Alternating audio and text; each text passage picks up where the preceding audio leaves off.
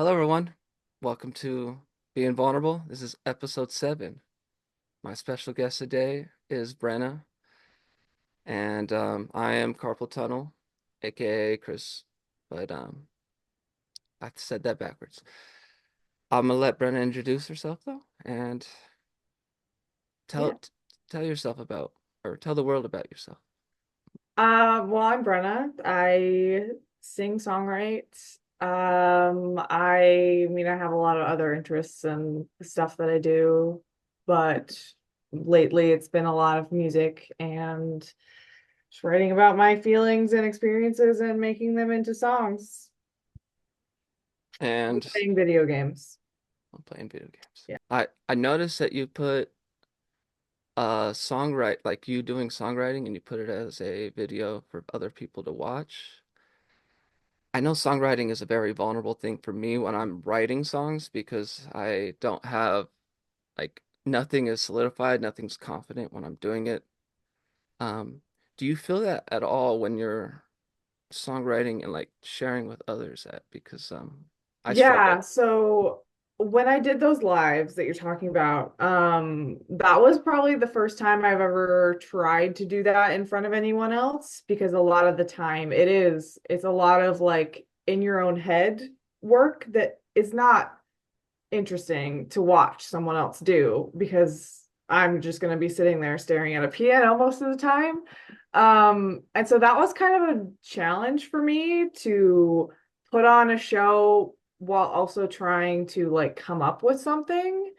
So for me, I kind of had to just off camera, I had already kind of had an idea and I was just in this really like good zone. And I was like, you know what? I'm just going to record this. I'm going to put it live because why not?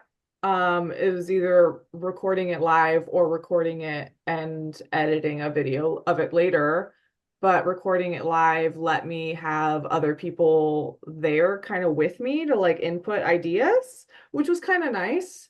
Um, but it was a very rare occurrence for me, and I don't know that I will do it again soon because I had already kind of had like before recording, I sat down and was like, hey, I have this like chord or something, this sound that I like want to play with, and where should I go with this? And I kept coming up with stuff. I was like, you know what, let's just do this on a live. Let me see where I can get this to go and see if people want to watch that because I would want to watch that. That sounds interesting. I mean, I watched it. It is admirable because I get so in my own head when I'm songwriting where it's like I don't want anyone to hear this until it's finished, and my attempts to make it when like because I've tried to just record myself doing it, but I know the camera is there, so I'm like putting on a performance and I'm not in my head as much as trying to be in the camera. And so like yeah, when I saw that it inspired me to I want to try that one day. And then like the fact that you said that there was people to give feedback on, like I actually could use that because I do songwrite good with in person with other people. But to Yeah. Like yeah, I've never tried it in person either. So, and in person for me, it feels almost too stressful because then they're sitting there like right next to you waiting for you to like come up with something. But for a live, I can be like, I don't know, like I could turn it off whenever I wanted to. Like I still am kind of in control. But yeah, for instance, like if no one is there watching, it is very weird yeah. if no one's actually on your live to watch. It's like, okay, well, I'm just kind of playing to a room by myself when I could just shut off the camera and be more comfortable being myself Yeah. and not recording it. So I it's have a that with weird sort of. I have that when I stream video games of like when no one's there, I'm not having fun and I'm like trying to act for like a future recording that maybe someday someone will Yeah, watch. you have to like switch your mindset of like, okay, well, since no one's here, I have to like pretend maybe that there are people here and like put on a weird show. Like it just like mind fucks with me a little bit, and Yeah. it Eh, was Yeah, and I feel like that would throw off my creativity if I was doing that, doing songwriting. yeah, Um, definitely. but the fact that you did it, I watched it and saw you figure out the chords, and it was That like I've all forgotten now. like But I it's can rewatch it when I want to go back to that song. I can rewatch it.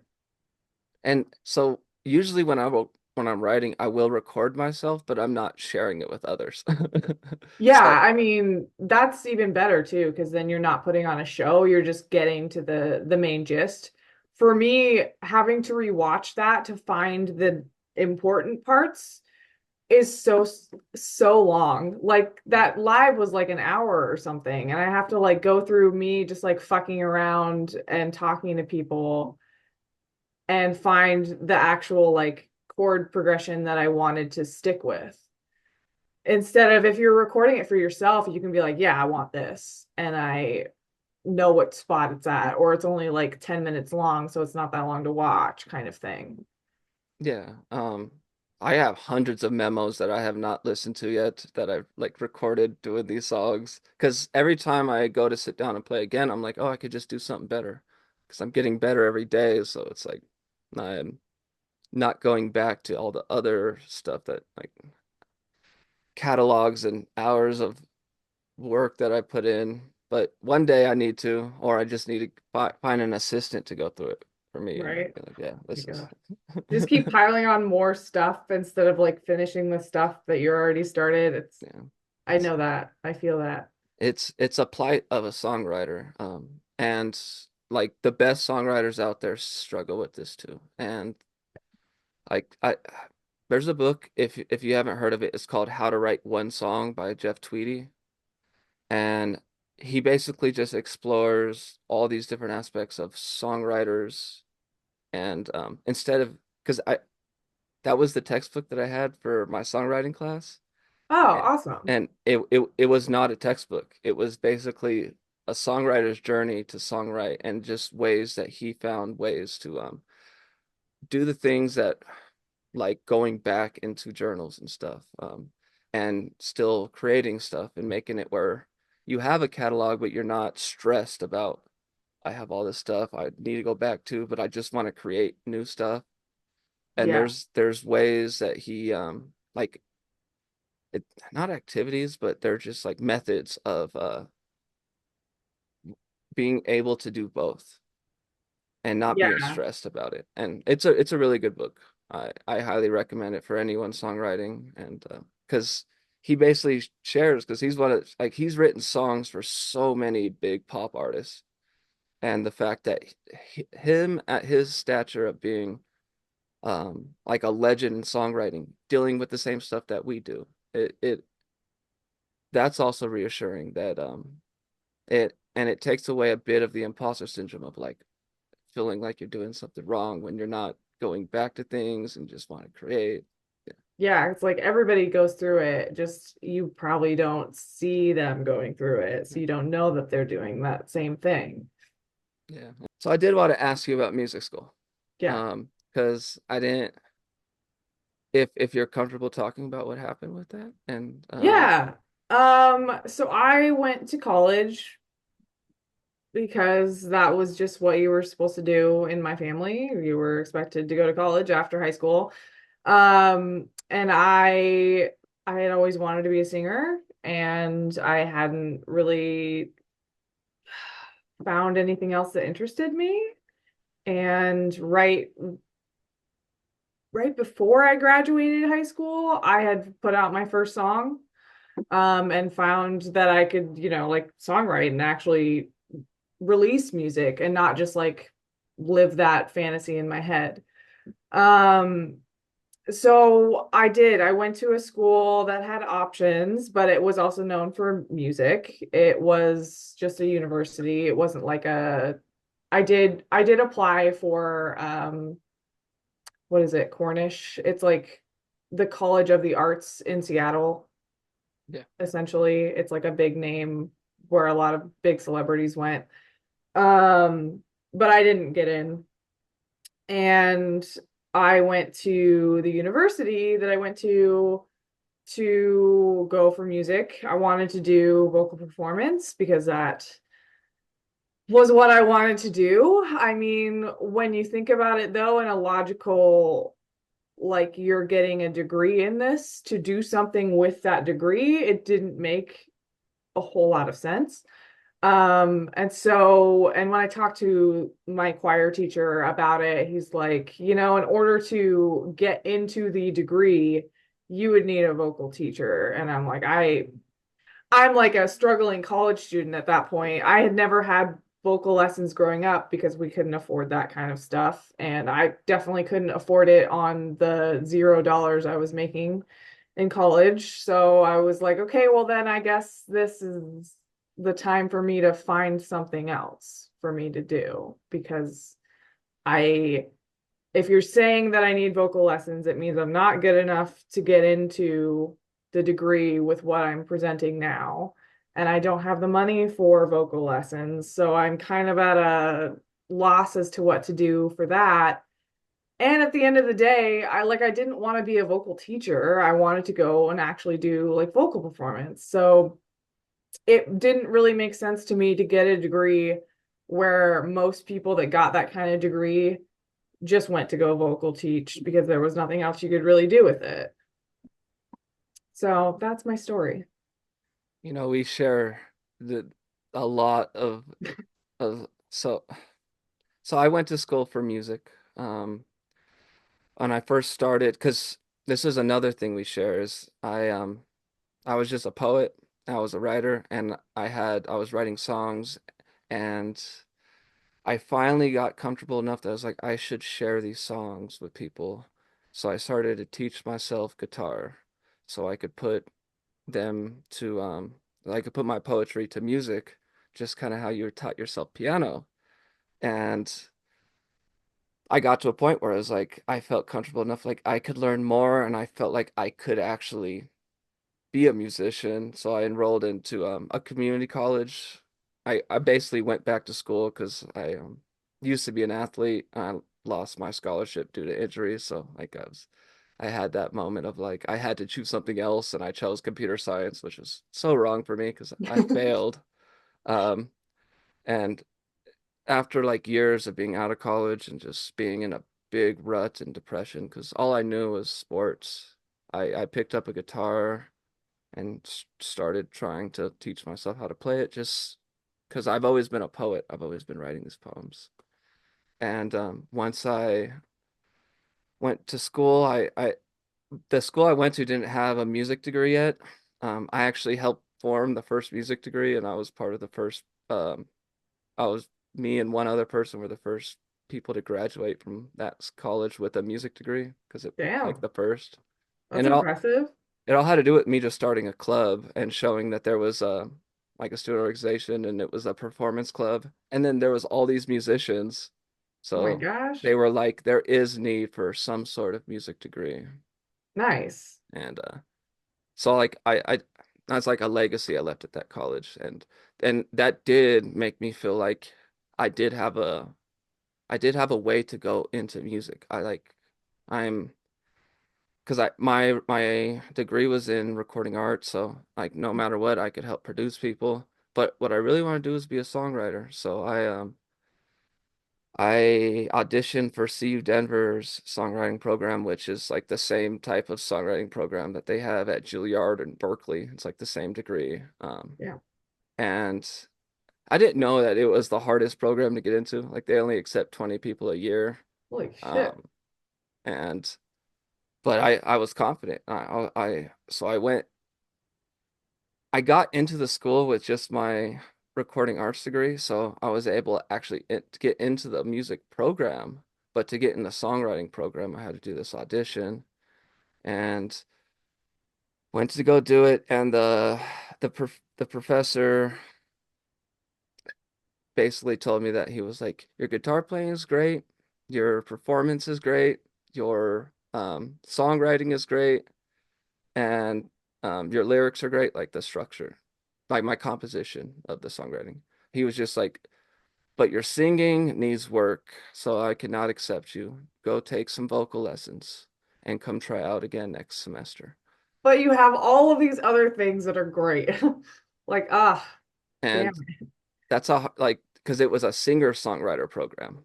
And Oh, okay. It wasn't just like writing the music, it was doing the hmm, both of it. Okay.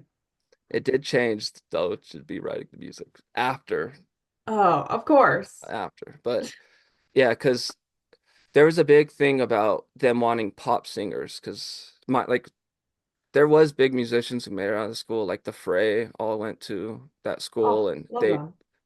their whole first album was all performed, written in that school. Like the band members met in that Damn. school, like because it was structured that way, to take a singer-songwriter and then connect them to all these different band members, and then you're like doing your thesis projects as albums, like Well, and I like didn't go to like a fancy ass music school, but Death Cab for Cutie all went to my university. So there, I I have mean, that.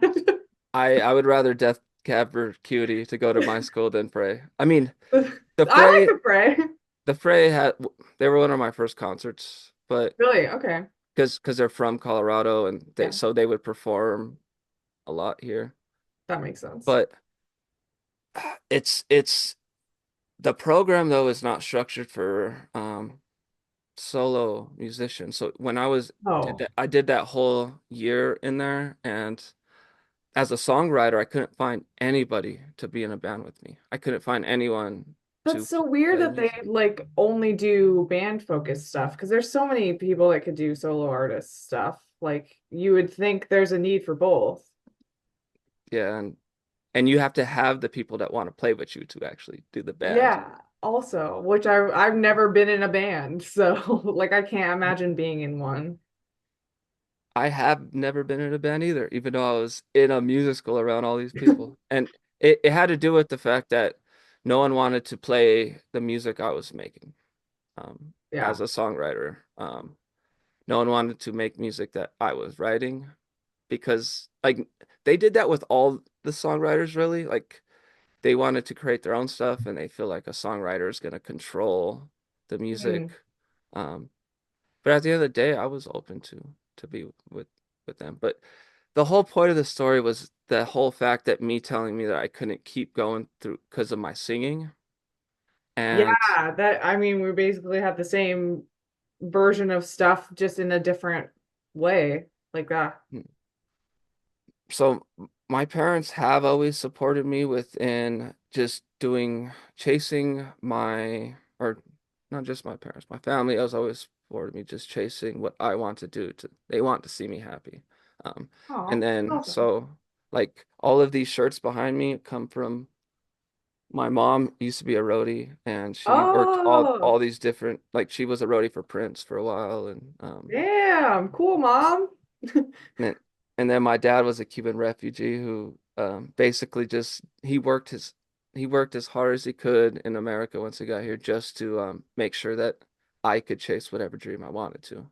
Oh, And so I had a lot of support with them through pursuing sports, music, film, three of the hardest things to ever be professional.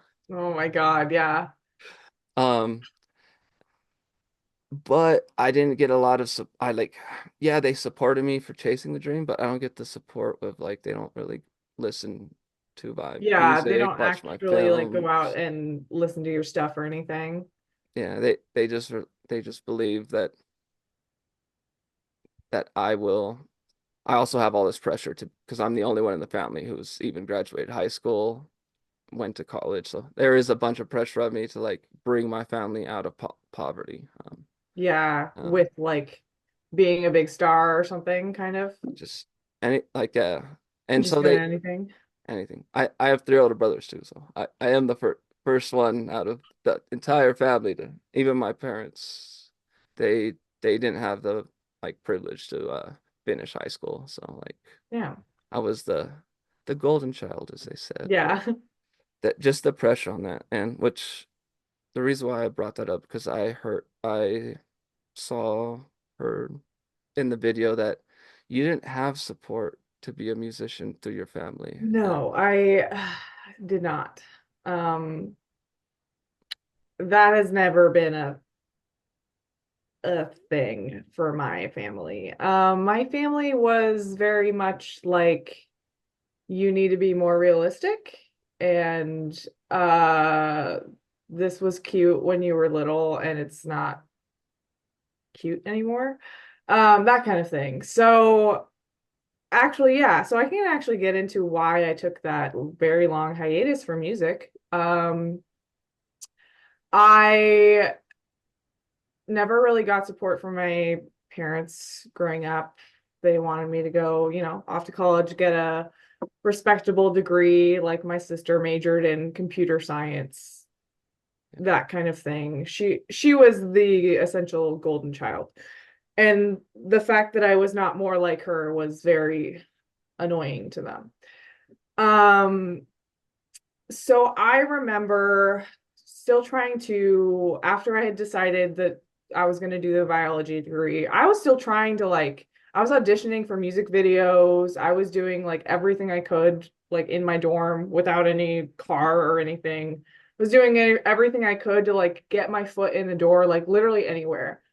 Like this is embarrassing, but I mean, I put out like applications for being on like America's Next Top Model because I signed with like a modeling agency like right out of high school too, but those places usually want to sign you and then they want you to pay them a bunch of money to, get your foot in the door. And I was broke and didn't fall for that. So I signed with an agency that like literally never went anywhere. So I tried a lot of different things. I took dance classes all throughout college still because I had fun, even though it wasn't cheap. Like I had to pay extra money to do that kind of stuff that wasn't necessarily covered all the way by my grants. Um, and my parents weren't exactly happy with that, and they weren't exactly happy when I put out my first song, because my first song was made with the money that you get from relatives when you graduate high school. I took some of that money and put it into the guy that helped me produce that song. They were pissed, because that to them that wasn't what the money was for. For me it made more sense because I wanted to do that and I needed the money. And it was like this biggest accomplishment I had done. Like I wrote a whole song. I was like, I've never done that before. It's such a big deal for me. So at some point when I was still trying to, do auditions and try to make something work on the side while I mean, I was putting like Craigslist ads out for like trying to find a duo because I didn't know how to play any instruments. So the fact was I needed help. I couldn't do it on my own, especially not in a dorm Yeah. in college. So I was trying my way to do anything while also still like doing biology and doing all those classes and everything. At some point, I was talking to my mom, and she'd always been the more supportive one of just trying to like, you know, you still need to do like the real job thing kind of, but like if this is making you happy, it's fine. I think the thing that kind of finally broke me was when I was talking to her at some point, I think on the phone, like she was supposed to come pick me up after the year ended. She usually would move me out for Yeah. the summer quarter. I was talking to her on the phone and she just said something like, I thought you were gonna give up on this eventually, because like I don't remember exactly what she said, but it was something along the lines of, you must not be very good if you haven't gotten anywhere with it yet. Yeah. And I was like, okay, note taken. Thank you. And I just kind of dropped everything and I just stopped. I didn't stop writing song ideas, but I just kept them in a little notebook and I was like, wonder if I'll ever do anything with this. And yeah, that was when I stopped, and that was probably like, I don't know, 2013 or something like that. I did. I mean, that's rough. I've gotten criticism from my family after a while, and just I mean, from when it comes from your mom too. Yeah, my Yeah, it was yeah, rough. she made me have a couple of breakdowns. You said you got back into it. You got inspired back into it because you are still writing, Yeah. and oh, I I wrote this down somewhere. Oh, a music bug was hitting you, and you were having all these melodies and stuff. Then, Yeah. but what took the courage to actually try again? That's actually that's a good question. So I do have stories for this. So I've been going to therapy for a while, and I had been kind of going through a bad breakup, and a lot of my friendships kind of had dissolved after breakup and moving a job. And so I was spending a lot of time by myself, and my therapist was just like trying to get me to find something to do, essentially. And I was like, well, I always liked acting. Like, why don't I get back into that? Because I was trying to like go through the list of things that I used to like to do, and I was like, well, maybe this. And that was too expensive for me to get back into after a lot of researching through and contacting people and meeting with people, and that didn't pan out. Then I was going to go back into dance because I always liked doing that, and it was active, and I usually made friends doing that. That unfortunately is easier to do apparently when you're not an adult. Apparently they don't have like adult dance studios unless you're like in college. So that was really hard to find. I finally found one studio that did like adult teen. So like probably way younger than me still, but they would still let me take the class Yeah. essentially. Um, but the one that I wanted, so they were gonna do like a musical theater class, and that was perfect because I was like, they have all of the things, the singing, dancing, and acting. I want it all. Like just Yeah. do one class to get all three. But they didn't have enough people sign up. So they were like, well, sorry. And I was like, okay, well, shoot. Now what do I do? And then that's when I found my voice teacher at the same studio and decided to do voice lessons. So I started doing that. Um, and I was dating someone at the time and going through a very rough patch with them. For whatever reason, this is usually what sparks the music bugs. I don't know why. Um, but yeah, I just remember like having all of these thoughts in my head and being like, okay, well, what the hell's going on? And I was listening to a song and it just like poured out on my notes, and that's the at the end song that I made, like writing it at work while I was just on my phone listening to a different song. And follow-up question. Yeah. How do you feel now that you got some validation by winning Demo Nation? Like winning that, because I know for just that experience that you were saying that there hasn't been that type of validation for you yet. Especially with like family and stuff doubting you. So I really you did deserve it. Great song. I Game think Alive.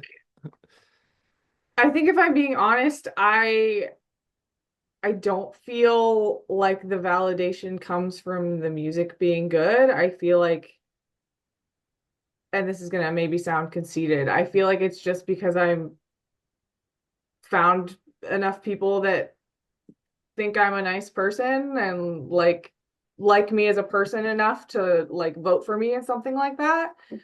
And that it has very little to do with the actual music that I put out, and I don't know how to change that. I feel like I'm always going to feel like that way and not actually believe that people like my music, I guess. So you're talking about imposter syndrome. I could say though that we voted for you because we liked your song. You liked your music. We you do a really good job, and knowing that you have the acting background, I could actually now feel it. Why, like how you're able to just deliver those specific emotions in each word, and each line has like a different like some of it has a bit of stank throwing cards at people, and then some of it you could just feel a little bit of heartbreak within it, and then the anger, and just like it, you also do a couple like little bit of like happy, like happy that this is over type.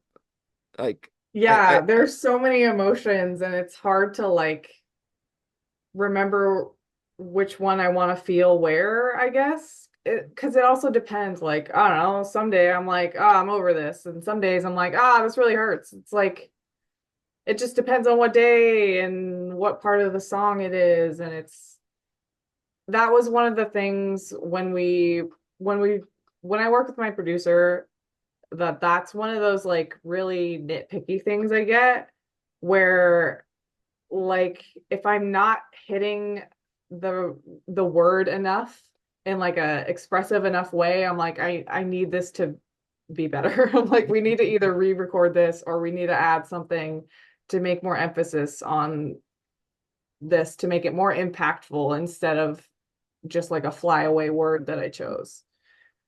yeah, I mean that makes sense, and it makes sense just because of your music or your theater, that whole background of acting. Because it's all about emphasis on words to showcase emotion, and yeah, it makes sense now to me how like that power that you're delivering comes from that, because you do have beautiful, impactful music, and I know impact is a big drive for you, and like having impact on others, and Positively at yeah, least, I, hopefully. I mean, yeah, the people liking you, yes, we love you. We also like your music, so I know it's a hard thing to admit within. I I suffer from imposter syndrome a lot. That's what led me to break down and have write that grunge musical that ended up I finally found that validation for my music in the film program because I got Oh, award for my music. yeah. I got like a little, student film award, and then just even sending it out to like film festivals and like getting awards that way. It's like the one thing that I am proud about that I share with people. But can I ever create that magic again? That leads me to this imposter syndrome too, like trying to create something like that again. And so like I'm back into self-doubt again, but the Threads community has accepted me and basically treated me like a musician, where I never was treated really as a musician when I was in music school, and just Yeah, I've never been treated as a musician either because I mean, most people that I've met, like if you only know how to sing and you don't know how to play an instrument, you essentially don't matter. Like that's the vibe that I've gotten everywhere I go.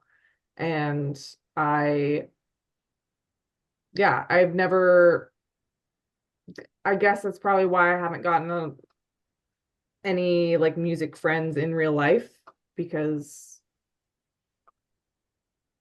what people go out and jam and I'm like, how do I jam with you if I don't know how to play a instrument? Like I literally don't even know the definition of jamming. Like what I mean, I know what you do, but like I would literally just be pounding on a keyboard and pretending like it sounds good, you know? Like it just yeah. I don't have that skill, I guess. Well, this is what my vocal teacher would have said. the voice is the most important instrument, especially with songwriting. So just like she was like she was an opera singer, so she was like a big on like there's no opera without the singer, and Yeah. she never learned an instrument because her voice was her instrument, and she considered that her instrument. I what I consider an instrument is my pen. This is my instrument. I and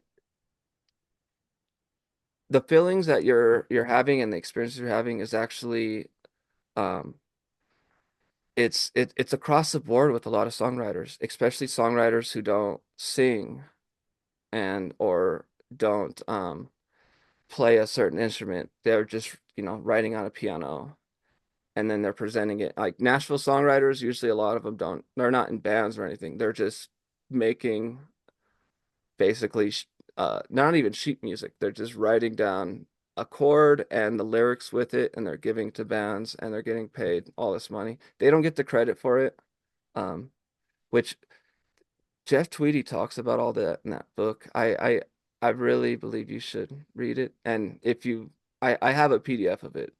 So if you do want read it. But because even someone like that who he ended up starting his own band and they're not considered, the like he's not considered a singer. The band's not really considered like the band makes great music. I forget the name of the band, but they're not like in the top notch bands, uh, even though that their songwriting and the band makes or the songwriter makes all this music for all these pop singers and that are like number one hits and stuff. And Damn. but he doesn't get validation from his own music that he's making himself.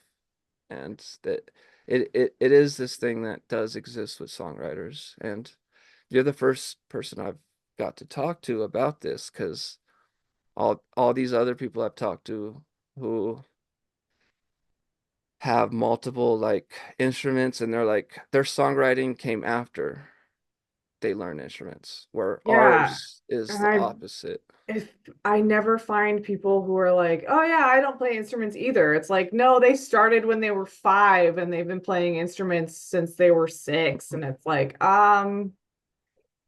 what? I tried to play the acoustic guitar when I was in high school because my dad got one from somebody and I didn't have the patience for it because it was, nah.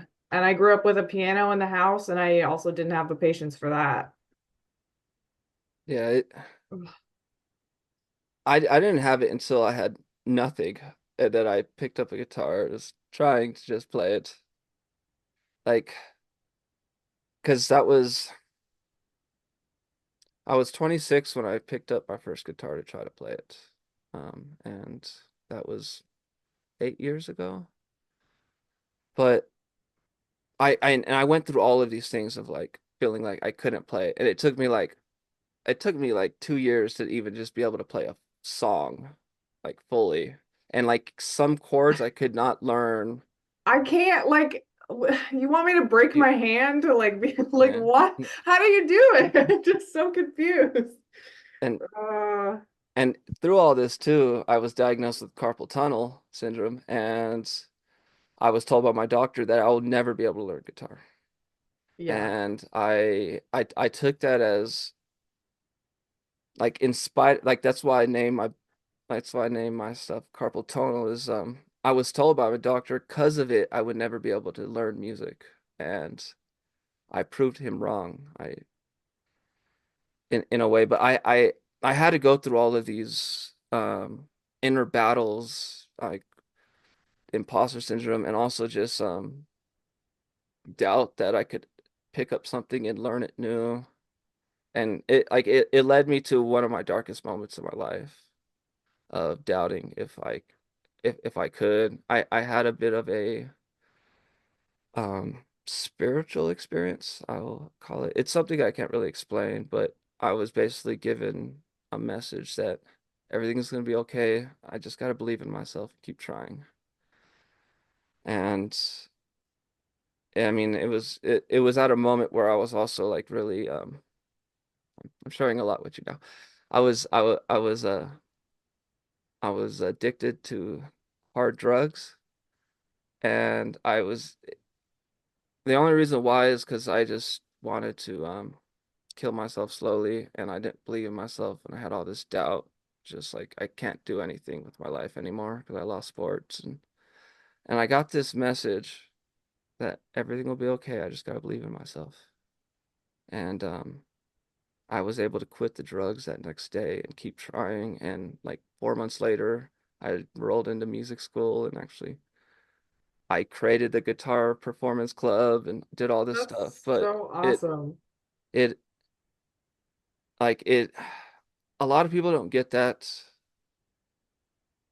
experience I had, but I had to be at my lowest moment to get that. And there are other musicians like Paul McCartney actually got the same exact message. He talks about it in interviews. Everything's gonna be okay. You just gotta believe in yourself.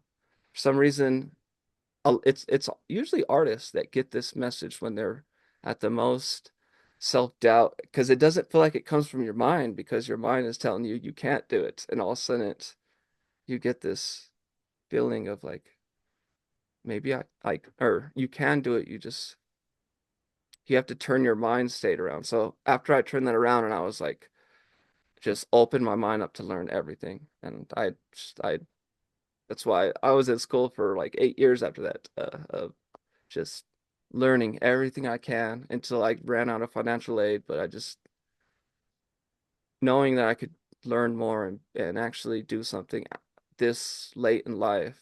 Um, and because of that, I'm here before you now. I wouldn't be here before you now. All that didn't happen.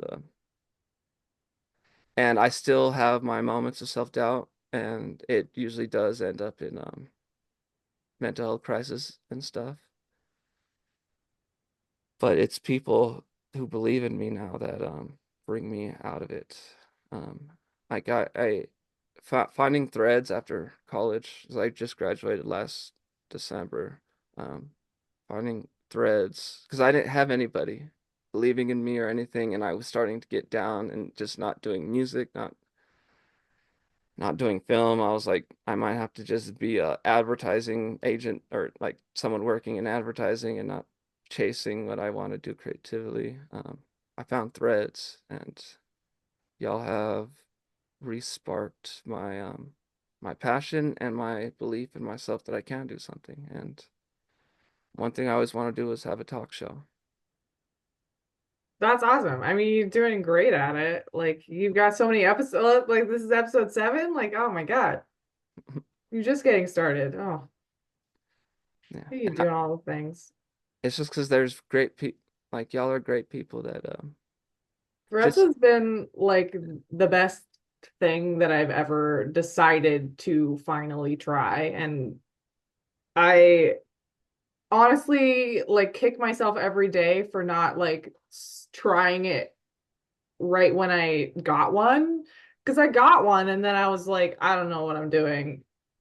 I'll come back to it later. Then I just left it for like months. But like, oh my God, it's been so great to meet so many people who are just really supportive and not like super judgmental or all over you because oh well you don't play an instrument so you're not a real musician or like all that other stuff that people say all the time and it's tiring.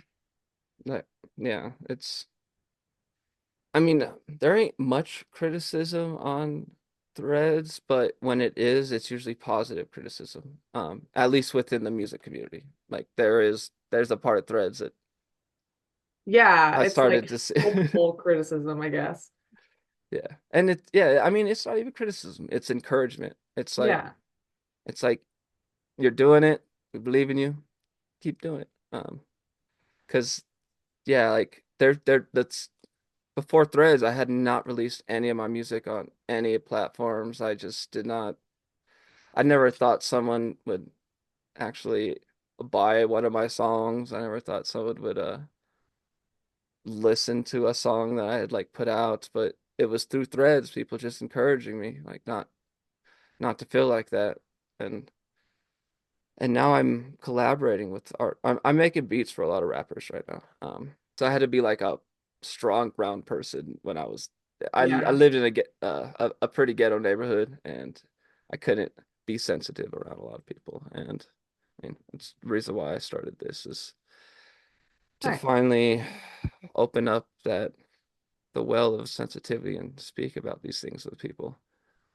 Um, It's good. I mean, more people should. I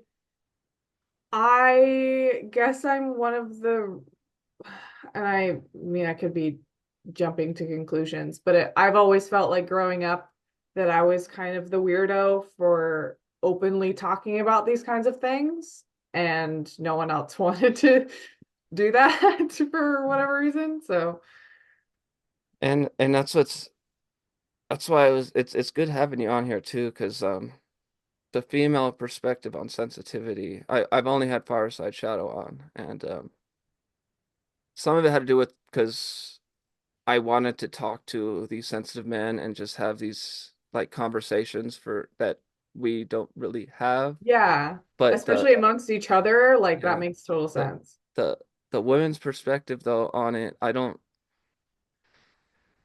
because I've never really talked to any of my past relationships or like, my mom is from a different generation, so she's not gonna like she looks at my Yeah. sensitivity like it is a weakness, and I know it is my biggest strength now, but just the female perspective on men's sensitivity, like how, like you were trying to have these conversations before.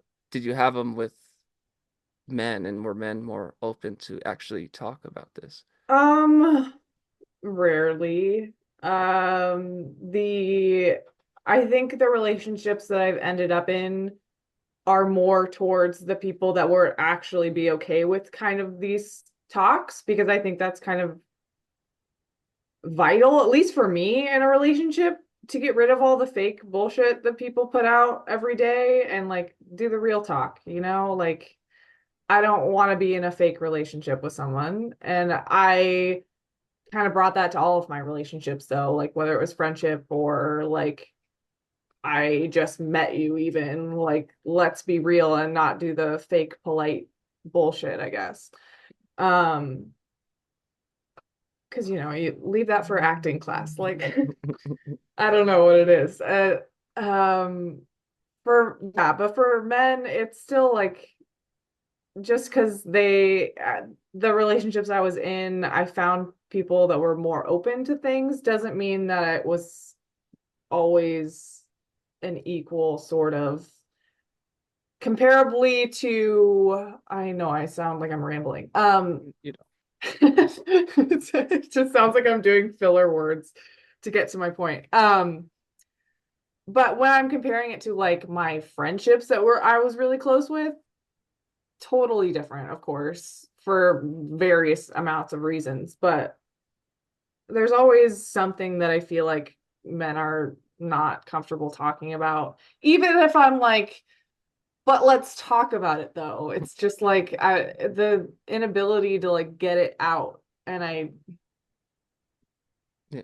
I don't know. Like I it's obviously not my place to force somebody to do something, but I want people to feel comfortable being themselves, I guess, is what my goal is. I guess I could give a bit of a male perspective. I think I'm a male. You didn't laugh, so You I could, guess that wasn't I a good mean, joke. hey, you could be whatever you want to be, okay? Um, I wasn't allowed to like by society to express certain emotions like to the public. Like I could only be in, if I felt it inside, I had to put it down and just let it all build up. But I did find, because I was a very sensitive kid, so I did find my best friends were always women because they were ones that never gave me that block of like they would ask me about these feelings, and they would never have that judgment upon me to actually express them. Yeah. And I did end up falling in love with a lot of them because it that's what my heart wanted, is someone who could Yeah. accept me for me and not I don't have to hide behind this mask of a thug or you know, an Yeah. athlete. Well, it gives you that space to like be open. And, like that's what a lot of people want. It makes sense to, find romantic feelings with that too. Like it makes total sense. Yeah, none of them shared the same romantic feelings. That's also the So, downside, yes. and then I'd be so heartbroken and I'd be so sensitive that it'd be like I'd have to take time, like, because I was so connected to them because they allowed me to be myself. And like I did not find that again. Like I didn't find that in any male friendships until like I was like 26 when I enrolled back in film in college and I was in film school and I was around theater people and you know Theater people are where it's at. theater people allowed me to do it. Like the first time I was sensitive really was or like around a public crowd again was on stage and then just the reaction of people like, when I got off the stage of like appreciating the fact that I can go to those places and then I had to be like no that's just who I was. This is my act. The person I was on Yeah. stage was actually me. Yeah. But that's kind of nice for you, is like they don't necessarily know that, and you're able to be yourself and have them still appreciate what you're putting out there. And that's why I'm confident just being sensitive now. I It's so important. You gotta be sensitive. yeah. It's so detrimental to have people force you to not be yourself and not feel your feelings. You gotta feel those feelings. Otherwise bad things happen. Yeah, I mean, me not being myself led me to do make a lot of bad mistakes and a lot of like things that I regret and stuff because I was trying to be the person that someone else would accept instead of Yeah. the person that because I didn't accept myself for that, but I was trying to find validation in others, you know. Yeah. Not the It's greatest hard. people. It's hard to be like, nope, don't do that. What made you choose biology? Um, I toyed around with it a bunch, but I that was the hard part, was I don't I had always wanted to be a singer. So I was like, what's the other thing in life that I love? And I'm like, well, animals. So let's do biology, because I always love learning how like things operate and how things work and why things are the way they are. So biology was like perfect way of examining all of that and breaking it down into like really the nitty-gritty stuff that I had always kind of been wondering about. So, do you have, from your experience as a songwriter and stuff, that yeah, you have and you're still going through, do you have any advice for anyone going through that same, maybe just even that doubt that they were having when they're first trying to go into college and trying to start music and not believing in themselves? Yeah, I would say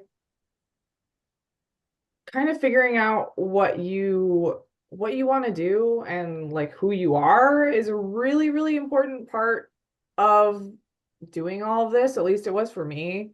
Um, and finding the reason behind why it's so important to you to make music or to make whatever it is you're wanting to make. Because it doesn't have to be music even. And what's driving you to do that? Because for me, it was definitely originally, I think it was for the wrong reasons. And I think it was good that I took a break from that to find the correct reasons to do that. And, take a break if you really need to. There's no rush to fit in to a certain timeline. I know that's hard to say because I wish I had done things younger, but I also wasn't in a better place when I was younger to do those things. So sometimes it just takes time, and that's hard to kind of accept, but it's better than rushing things and making yourself feel like shit because you're not where you feel like you're supposed to be. That's some good advice. I mean, I needed to hear that too myself. Try to be an open book for people that allow or who want to read it, I guess. Yeah, yeah. You only open the book for the people that actually want to read it. Yes, that's the important part. That should be your next song. The Book of That's Life. good. That's a good idea. Yeah, that's all yours. And if you want to collab. Nice. All right, so my last final questions for just the ending thing is first pitch yourself or promote yourself. So, Promote myself. Well, I am on all of social medias or wherever you listen to music under my full name, which is Brenna Menz. And you can follow me, or you can not follow me, or you can do whatever you want with that information. and what do you have coming up? Well, I just had a song release recently, 2 weeks ago, maybe. And I wish I had more prominent things happening anytime soon, but I do like a YouTube series for trying snacks from different countries. That kind of stuff will be continuing more soon than my music. Music, probably, I want to say I might be doing an album next year at some point. Yeah. That's exciting. I'm Yeah. excited. Um, if anyone wanted to collab with you or like want you to be, do some vocals on their song or needed some poetry that they wanted to put to music, are you open to it and how would they reach out to you? I am open to it depending on, if our styles and stuff work out together, what the idea is. Um, Usually I think Instagram chats are the best way. You can always go to my website, brennamenz.com. You can email me from that or find any of my other social media sites and message me on whatever site you want to. All right. I'm definitely gonna do that. Yeah. Well, thank you for joining me, Brenna. It's been Yeah. great Thanks for having me. conversation. Nice meeting you too. Yeah. Yeah, and we will see everyone next time. Be sure to follow, support, and like all of Brenda's music and videos. You could also subscribe to this channel if you want, but subscribe to her Do channel. it. She's that way. Subscribe. Subscribe. Being vulnerable. Do it. And we will see y'all next week. Um, Bye.